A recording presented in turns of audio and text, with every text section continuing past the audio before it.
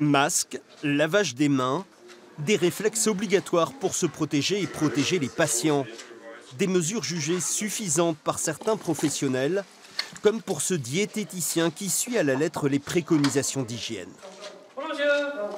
Depuis des années, voilà, je fais confiance à une alimentation saine, des conditions d'hygiène, le lavage des mains très fréquent.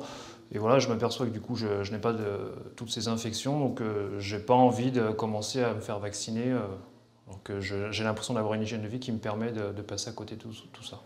Méfiance face au vaccin à l'efficacité variable, contrainte de se faire immuniser chaque année. Conséquence, à peine 50% du personnel est vacciné.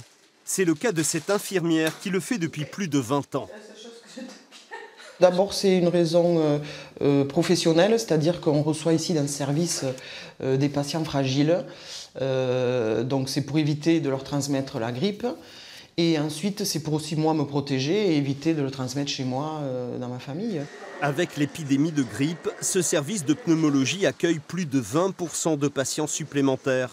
La vaccination contre la grippe n'est pas obligatoire, mais fortement recommandée pour le personnel.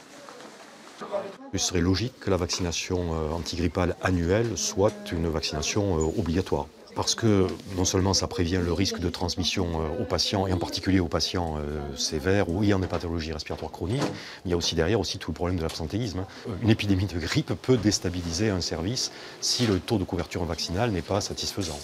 L'obligation de vaccination instaurée par le Code de la santé publique avait été levée en 2006 par décret.